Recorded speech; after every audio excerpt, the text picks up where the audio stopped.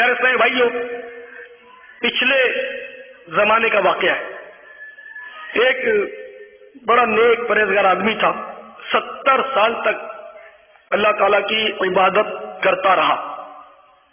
سخت سردی کی رات تھی کہ دروازے پر رات کے وقت کسی نے دستک دی۔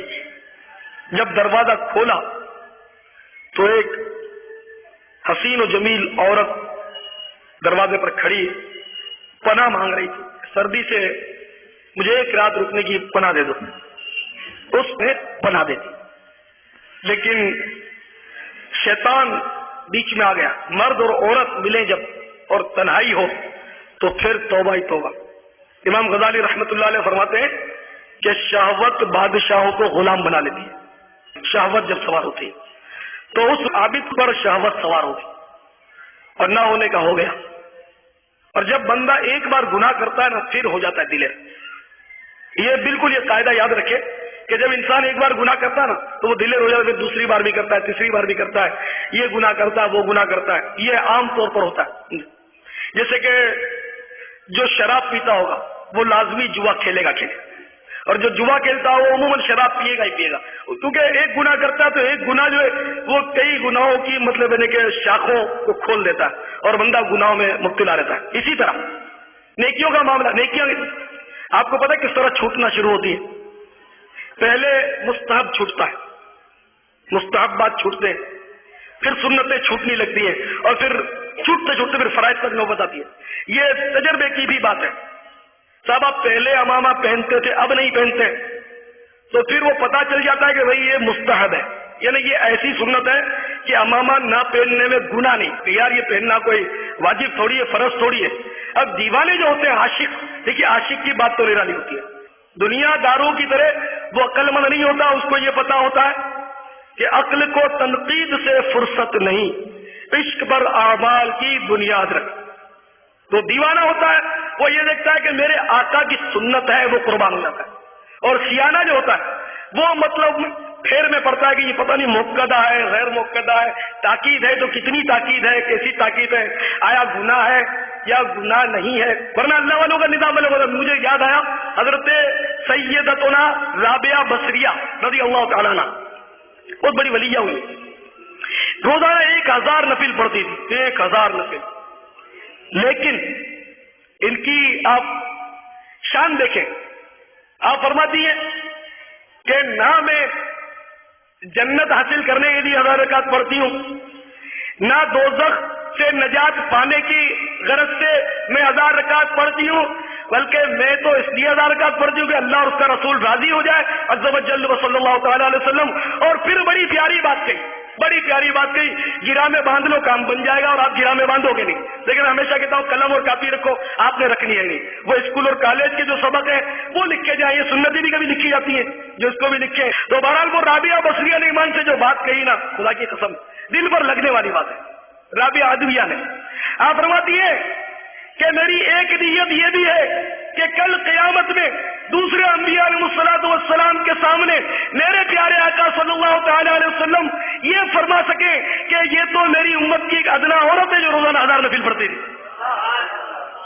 اب بتائیے اگر رابعہ ادویہ کو میرے جیسا کوئی ہوشیار سے کر جاتا کہ نفل کیوں پڑھتی ہیں، یہ تو کوئی فرض تھوڑی ہے، واجب تھوڑی ہے، یہ نہ پڑھنے میں کوئی گناہ نہیں ہے، جیسے ہم لوگ نفل پڑھتے ہی نہیں۔ جو سیانے ہو جاتے ہیں وہ فرض پڑھے، 2 سنت پڑھے، اور وہ دروازے پر گھنٹوں وہ لگے رہتے ہیں، اور دیوانے ہوتے ہیں وہ بیچارے اللہ کے حضور لگے ہوتے ہیں۔ تو اپنا اپنا ظرف ہوتا ہے، اپنا اپنا مقدر ہوتا ہے۔ تو میرے پیارے بھائیوں، اگر ان کو بھی کوئی سیانہ ٹکر جاتا تو گھما کر رکھتا 1000 رکعت آپ پڑھتی، اتنی تکلیف کرتی ہے، کوئی ضروری نہیں ہے، کوئی واجب نہیں، کوئی سنت نہیں۔ تو اسی طرح آپ لوگوں کا حال ہے کہ امامہ کوئی ضروری تھوڑی ہے۔ تو پہلے چھوٹا امامہ، یہ میں نے دیکھا، پہلے چھوٹتا امامہ، پھر آہستہ آہستہ ٹوپی اتر جاتی ہے۔ اچھا زلفے سا سنت ہے، تو جو عاشق ہوتا ہے وہ یہ پوچھتا نہیں کہ کیا ضروری ہے یا نہ رکھیں تو چلے گا۔ جب نائی کے پاس جائیں گے تو منہ سے نکلتا ہے انگلش بال بناؤ، انگلش، پتا آپ سب کو۔ اچھا لیکن زلفوں کی باری آئی، آقا کے گیسوؤں کی باری آئی، تو پھر یہ سوال ذہن میں اٹھتا ہے کہ سنت موقدہ یا غیر موقدہ۔ پھر پتا چل جاتا ہے صاحب یہ سنت موقدہ نہیں ہے، بلکہ سرکار کی سنت ہے کہ سرکار زلفے رکھتے تھے۔ تو عاشق نے جب سرکار کو دیکھا تصور میں دیکھا، کتابوں کے آئینے میں دیکھا، تو عاشق کو پتا چلا کہ سرکار نے زلفیں رکھی دی، تو وہ کسی چکر میں نہیں گیا، کسی سیانے کو پوچھنے نہیں گیا، اس نے زلفیں رکھ لی، کیونکہ عقل کو تنقید سے فرصت نہیں، عشق پر اعمال کی بنیاد ہے۔ تو صاحب وہ امامہ گیا، ٹوپی گئی، زلفیں اگر جوش میں رکھ لی تھی تو وہ بھی گئی، پھر نتیجتاً پھر آتی ہے باری داڑھی کی، اس لیے کہ انگلش بال والا اور ننگے سر داڑھی والا جو ہوتا ہے وہ عموماً جچتا نہیں ہے، وہ اپنے طور پر اپنے آپ کو بار بار آئینے میں دیکھتا ہے کہ میں بہت اچھا لگتا ہوں، لیکن وہ واقعی یعنی کہ اتنا جچتا نہیں جتنا داڑھی کے ساتھ ساتھ کم از کم سر پہ ٹوپی ہو، امامہ ہو تو کیا بات ہے، سونے پہ سہاگا، تو وہ زیادہ جچتا ہے۔ اب اس کے معنی نہیں کہ آپ داڑھی بھی چھوٹی کرا دیں، اگر آپ اس وجہ سے داڑھی چھوٹی کرائیں گے کہ آپ جچتے نہیں تو پھر تو آپ کے دل میں سنت کی محبت ہی کہاں تھی، ایسے شو کے لیے رکھی نہیں جو اتار دیا آپ نے، تو ایسا تو وہ کرے گا نہیں۔ لیکن میں عرض کر رہا ہوں کہ پھر جب وہ داڑھی صرف رہ جاتی ہے تو وہ داڑھی پھر سمٹنا شروع ہو جاتی ہے، مستحبات سے شروع ہوا تھا تو اب سمٹنا شروع ہو جاتی ہے، اور آپ کو پتا ہے کہ ایک مٹھی سے چھوٹی کر دینا حرام ہے، داڑھی منڈانا اور ایک مٹھی سے قطر کر چھوٹی کر ڈالنا دونوں حرام ہے، ایک جیسا ہے۔ تو یہ آپ کو پتا ہے کہ بہت سارے لوگ ملیں گے آپ کو، ان کو یا تو یہ سنت پتہ نہیں ہوتی، یا سستی ہوتی ہے، یا ماحول نہیں ملا ہوتا، تو بہرحال جو بھائی ابھی تک چھوٹی والے تو وہ بڑھائی لے اس کو رکھے اور مصطفیٰ کی پسند کی رکھے صلی اللہ تعالی علیہ وسلم۔ اچھا، تو اس طرح داڑھی سمٹتے پھر غائب ہو جاتی ہے، اگر غائب نہ بھی ہوئی تو چھوٹی کا فائدہ بھی کوئی نہیں، ثواب تو ہے نہیں، الٹا دنیا کو دھوکہ دینا ہے کہ لوگ آپ کو مولانا صاحب کہیں، اور آپ کا ضمیر بھی عجیب ہے کہ آپ کو شرم نہیں آتی کہ آپ خواہ لوگ آپ کی عزت کرتے ہیں اور آپ داڑھی والے نہیں ہیں، یہ لوگوں کو تو دھوکہ ہوا کہ آپ داڑھی والے، لوگ آپ کو سمجھتے ہیں کہ نیک آدمی داڑھی والا ہے۔ تو بہرحال یہ کہ اس کا مطلب یہ نہیں کہ جن کی چھوٹی ہے وہ صاف کر دیں، بلکہ جن کی چھوٹی ہے وہ طے کریں کہ آج بڑی کر دیں گے انشاءاللہ، کیونکہ تخریب کاری پر نہ سوچیں، آپ تعمیر کے لیے سوچیں کہ ہمیں تو ترقی کرنی ہے۔ یہاں ہم اس لیے آئے کہ یہاں ایسی گاڑی روانہ ہوتی ہے جو مدینے والے کی سنتوں تک ہمیں پہنچاتی ہے۔ تو پیارے اسلامی بھائیوں، میں عرض کر رہا تھا کہ مستحب سے آدمی شروع ہوتا ہے اور پھر گناہ کرتے کرتے وہ فرائض بھی جاتے ہیں اس کے، ہم نے دیکھے داڑھی والے دیکھے، پتہ نہیں کیا کیا نیک پرہیزگار لوگ دیکھیں کہ آہستہ آہستہ جب مستحبات چھوڑ دیتے ہوں اور پھر ان کو دیکھا کہ پھر وہ نماز تک بھی نہیں پڑھتے، آہستہ آہستہ وہ چھوٹنا شروع ہو جاتے۔ تو شیطان بھی ہے نا، یہ مطلب اسٹیپ بائی اسٹیپ انسان کو گراتا ہے، فوراً بسا اوقات وہ نہیں گراتا، اور دنیاوی معاملات بھی ہے کہ لائٹ ڈوز پہلے دیا جاتا ہے، انجیکشن بھی کئی قسم کے ہوتے ہیں، تو انجیکشن بھی پہلے بعض اوقات ڈاکٹر چمڑی میں لگاتا ہے، وہ پھولتا، آپ نے شاید ٹیٹنس وغیرہ انجیکشن لگاتے ہیں تو پھولتا ہے، اور وہ دیکھتے ہیں کہ کہیں مطلب اس کو ریئیکشن تو نہیں ہوتا، تھوڑے میں اگر ریئیکشن ہو گیا تو وہ سمجھ جاتے ہیں۔ تو اس طرح مطلب ہے کہ لائٹ ڈوز ایک دم اگر کسی کو آپ ڈوز دے دیں تو کام خراب ہو جاتا ہے۔ تو شیطان بھی مطلب ہے کہ لائٹ ڈوز دیتا ہے اور مستحب سے شروع کر کے وہ فرائض تک گول کرا دیتا ہے، اور پھر جب گناہ کرتا رہتا ہے تو آپ کو پتا ہے حدیث شریف میں کہ جب بندہ گناہ کرتا ہے تو دل پر ایک کالا نقطہ ہو جاتا ہے، اور پھر وہ نقطہ پھیلتا جاتا ہے، دل پورا کالا ہو جاتا ہے، پھر نہ اس پر نصیحت اثر کرتی ہے نہ کوئی دعا اثر کرتی ہے، بس وہ پھر ڈھیٹ کا ڈھیٹ ہو جاتا ہے۔ تو یہی حال ہوتا ہے۔ تو وہ عابد اور پرہیزگار 70 سال اس نے عبادت کی ہے، عورت کے ساتھ وہ رات گزارنی اس نے، اور اس سے وہ لوگ سبق حاصل کریں جو کسی کو بہن بنا لیتے ہیں، کسی کو ماں بنا لیتے ہیں اور پھر بے پردگی کرتے ہیں، صاحب اس نے مجھے بھائی بنایا، یہ میری بہن ہے، تو یہ بھائی بہن کے چکر چھوڑے، یہ شیطان کے ہتھ کنڈے ہیں۔ ہر مومنہ ہر مسلمان عورت اس ناطے سے، ایمانی رشتے سے ہماری بہن ہے ہی ہے، ہم بنانے کہا جائے۔ جب پیر اپنی مریدنی کو نہیں دیکھ سکتا، مریدنی پیر کے پاس نہیں آ سکتی، حالانکہ پیر کا تو رتبہ ماں باپ سے بھی بہت بڑا ہوتا ہے، لیکن شریعت نے پردہ حکم دیا، پردے کا، کہ پیر کے آگے مریدنی نہیں آ سکتی، اسی طرح مریدنی کے آگے پیر نہیں آ سکتا۔ وہ مطلب صورت ہو جائے جیسے طبیب کو بھی نبض عورت دکھا سکتی ہے، وہ ضرورتاً وہ الگ بات ہے، لیکن عام حالات میں مطلب ہے کہ پیر اور مریدنی کا بھی سخت ترین پردہ جیسے ایک عام اجنبی سے پردہ ہے۔ تو میرے پیارے اسلامی بھائیوں، یاد رکھیے عورت کے ساتھ تنہائی یہ بہت خطرناک ہے، کہ حدیثوں میں آتا ہے کہ ایک مرد اور عورت جب تنہا ہوتے ہیں تو تیسرا شیطان ہوتا ہے، تو شیطان مطلب آ ہی جاتا ہے۔ اسی طرح مطلب یہ کہ عورت سے زیادہ سخت خطرناک جو ہوتے ہیں وہ لڑکے ہوتے ہیں جن کی داڑھی نہیں نکلی ہوتی نا، وہ بھی تنہائی میں اگر ہو تو تیسرا شیطان آنا ہی آنا ہے، اور ایک بار گناہ کیا تو پھر ستیاناش ہو جاتا ہے، پھر بار بار ہوتا ہے، اور توبہ ہی توبہ، اللہ تعالیٰ حفظ و امان میں رکھے۔ اور بدنگاہی سے بچائے. بدنگاہی والا زنا جو ہے وہ بدقسمتی سے اتنا عام ہو گیا ہے, اتنا عام ہو گیا ہے کہ بس اللہ تعالیٰ کرم فرمائے ہمارے حال سار پر. تو میں عرض کر رہا تھا کہ رات گزاری اور نہ کرنے کا کر ڈالا. 7 راتیں گزر گئیں.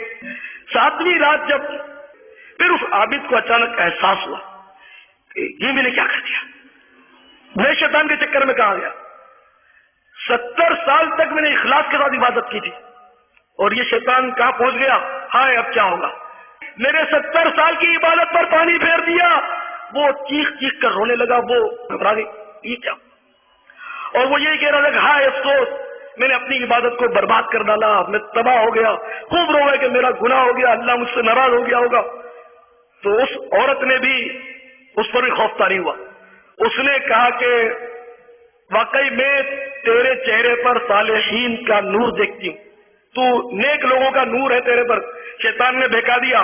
وہ بے خود تھا اور روتے روتے بری حالت. اگر کوئی گناہ کر بیٹھے اور اتنا روئے پھر بھی تو کوئی بات نہیں. یہاں تو ہم لوگ گناہ کرتے اور ہنستے, کھی کھا کرتے. داڑھی منڈے کو کہ داڑھی منڈانا حرام ہے تو وہ کھی کرتا, ہنستا. حالانکہ حدیث شریف میں کہ جو ہنستا ہوا گناہ کرے گا وہ روتا ہوا جہنم میں داخل ہوگا. معاذ اللہ, معاذ اللہ, ثم معاذ اللہ. تو میرے پیارے بھائیوں, وہ روتا ہوا, وہ زاہد, وہ عابد, وہ پرہیزگار جنگل کی طرف بھاگ نکلا. آخر کار ایک ایسی جگہ پہنچا, وہاں 10 نابینا لوگ بیٹھے ہوئے تھے. وہ عبادت میں مصروف تھے, اندھے لوگ تھے بیچارے. یہ بھی چپکے سے وہاں جا کر بیٹھ گیا. رات کا وقت ہو گیا تھا. وہ 10 نابینا تھے اور وہاں ایک راہب تھا, کیونکہ یہ اگلی امتوں کا قصہ ہے. سرکار کی بعثت کے بعد کا واقعہ نہیں, پہلے کا واقعہ ہے. کیونکہ راہب جو تھا یعنی کہ عالم, کیونکہ وہ لوگ مسلمان ہوتے تھے پہلے نبی کی امتیں جو تھی. تو راہب جو تھا وہ مطلب ان نابیناؤں کی خدمت کرتا اور روزانہ رات کے وقت ان کو ایک ایک روٹی فراہم کرتا. 10 روٹیاں وہ بھجوا دیتے. چنانچہ اس راہب کا خادم جو تھا وہ 10 روٹیاں لے کر پہنچ گیا اور ایک ایک بانٹنا شروع کر دی نابیناؤں کو. تو وہ جو تھا عابد, اس نے بھی ہاتھ بڑھا دیا. بھوکا تو تھا ہی, ہاتھ بڑھا دیا, ایک روٹی لے لی. ایک نابینا بچ گیا, روٹیاں ختم ہو گئی. بندے 11, روٹیاں 10. اب جناب والا وہ نابینا جس کو روٹی نہیں ملی وہ بیچارہ بڑا سٹپٹا اور انہوں نے خادم سے کہا کہ میری روٹی کہاں ہے. تو خادم نے کہا میں کیا کروں, مجھے 10 ملی تھی, حسب معمول میں نے 10 بانٹ دیے. یوں کہہ کر وہ لاؤ بالی پن کے ساتھ چلا گیا. اب نابینا بیچارہ اتنا سا منہ لے کر رہ گیا کہ مجھے روٹی نہیں ملی. کچھ دیر گزرنے کے بعد اس عابد کو احساس ہوا, بڑا احساس ہوا, کیونکہ ایک تو میں زنا کر کے اتنا گناہگار ہوا ہوں اور اب ایک اندھے کا دل دکھایا, اس کا حق مارا میں نے اور روٹی اس کی لے لی میں نے. بڑی اس کو ندامت ہوئی اور بڑا مطلب ہے کہ نادم ہو کر اس نے بڑی شرافت سے روٹی اس نابینے کو دے دی, کیونکہ اندھوں کو پتا نہیں تھا کہ 11واں بندہ آ گیا آنکھ والا. تو اس کو روٹی دے دی چپکے سے. نابینا نے روٹی کھا لی اور اس نے اپنے دل میں یہ سوچا کہ میں تو چونکہ گناہگار ہوں اور یہ نبی نہیں, یہ نیک لوگ ہیں. تو اس طرح اس نے روٹی رحم کھا کر دے دی. خود بھوکا رہا. اب بھوک کی شدت, غم کی شدت, ساری رات بھوک کے مارے وہ تڑپتا رہا, یہاں تک کہ بھوک سے اس کا انتقال ہو گیا, مر گیا. اب جناب والا عذاب, رحمت اور عذاب کے فرشتے دونوں اترے. اب دونوں میں ہو گئی مطلب گفتگو. رحمت والے کہتے ہیں کہ اس کو ہم لے جائیں گے اس لیے کہ جنہوں نے رو رو کے توبہ کی ہے. عذاب والے کہتے ہیں کہ نہیں, اس نے مطلب کہ بہت زیادہ گناہ کیے, 7 دن تک گناہ کیا ہے اور اس کو تو ہم ہی لے جائیں گے. تو اللہ تعالیٰ عز و جل نے اس میں یعنی کہ یہ فرمایا کہ ایسا کرو, اس کی 70 سال کی عبادت اور 7 دن کے گناہوں کا وزن کرو. وزن کیا گیا تو 7 دن کے جو گناہ تھے وہ 70 سال کی عبادت پر حاوی ہوئے. ختم 70 سال کی عبادت. بدنگاہی کرنے والے خاص کر سنیں, عورتوں کو تاڑنے والے خاص کر سنیں, فلمیں اور ڈرامے دیکھنے والے خاص کر سنیں, چھوٹے لڑکوں کو خراب نیت کے ساتھ رکھنے والے اور دیکھنے والے بھی غور سے سنیں کہ زنا اس قدر مطلب زبردست آفت ہے کہ 7 دن اس عابد و زاہد نے زنا کیا تو 70 سال کی عبادت پر پانی پھر گیا, کنفرم پھر گیا, ختم ہو گئی, وزن ہی نہیں رہا اس کا. تو ہم تو ممکن نہیں لگتا کہ 70 سال تک ہم آئندہ نسل جو ہے ہماری ہم لوگ جو وہ چیز ہے نوجوان بہت مشکل. اگر جئیں گے تو ہم ہوں گے بستر ہوگا کہ ایمان پر اللہ تعالیٰ ہمیں استقامت دے اور اسی پر مدینے میں آقا کے قدموں میں خاتمہ فرمائے.